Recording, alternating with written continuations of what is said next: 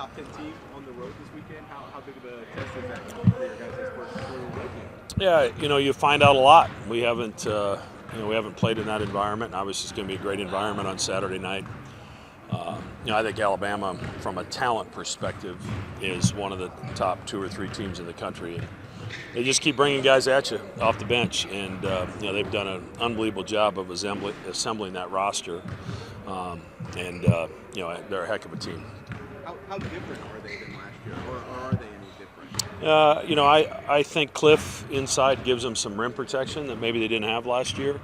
But Sears is still playing at a high level, and we fully anticipate to see Chris Youngblood, who's could end up being one of their better players that hasn't played yet. So we played against him when he was at Kennesaw as a freshman and sophomore here before he transferred to South Florida, and he was the player of the year in that league last year. So we're anticipating that he'll be healthy and ready to play, and that provides another challenge. It hasn't felt like a silver lining, but with now that Pop is out, having those guys get extra reps, is that benefiting you guys now as you're preparing? I mean, you hope so. In some of the game experience against UNLV, especially Isaac and Jason, really went out and did some good things on both ends of the floor. So, for their confidence as we move forward, that's huge. And, Shane and Ty both got out there as well. And, Mason's trying to start at a position. He hasn't played that much. So there's going to be, we've got the learning curve's still pretty steep for us.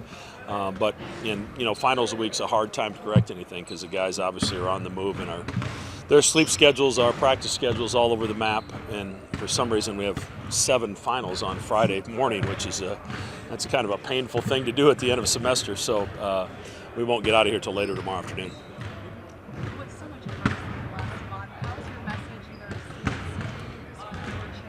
change? I mean, we talk all the time about preparing yourself for the unexpected, and the unexpected can come in a lot of ways. It could come in a position change. It could come in the role that you're playing in the minutes that you play. Because of an injury or an illness or foul trouble, there's a lot of different things that can happen, and our expectation, our guys are ready. Now, having said all that, there's not a lot of teams playing freshmen in the country, and we're 3 of them were on the floor against UNLV the other day, and my guess is all 3 of them are going to play at Alabama on Saturday. Like, you guys have dealt with injuries in the past. You had Mo, and then R2 got hurt right before the tournament a few years ago, right?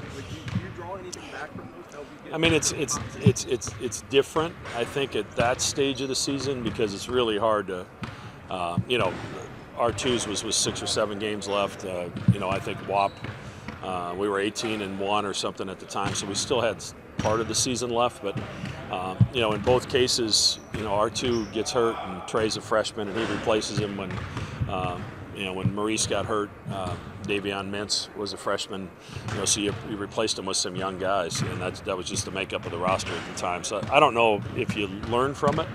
I don't think it becomes any less painful when you lose a guy for the season. That's pretty important to what you're doing. How important does that make a guy like Ty? You mentioned him a few minutes ago, but just his role as a freshman and him being able to step up early? Yeah, he's gotten better, especially on the defensive end, and in some areas that maybe don't show on the stat sheet. He's making significant improvement, and it'll be fun for him to go back to Alabama to play. But we're gonna have to rely on him. He's going to need to play a pretty significant role in this team, and he brings some things offensively that Shane doesn't bring to the table, and Shane brings some things defensively that Ty doesn't. So they're both going to be part of the rotation. Just going to depend on the situation. Time for one more.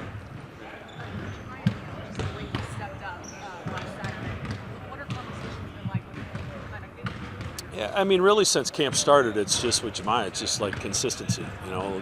Learn to do it every single day, every single rep, every single practice, and then it'll just happen in the games. And I think we're moving that direction. We're asking a lot of him right now because, Pop was kind of the secondary ball handler. He and Steven kind of handled it about the same amount of time. And now Jamiya's going to have to be someone that has the ball in his hands and is making decisions a little bit more. So making sure he's making good decisions when he has the basketball, and obviously defensively, we're asking him to do a lot. Favorite Christmas movie? Favorite Christmas movie? Or song, whichever. If you feel strong. I was probably a big fan of The Grinch, back in the day, and try not to be a Grinch this year. You're dressed like a Grinch today. Thanks, Matt.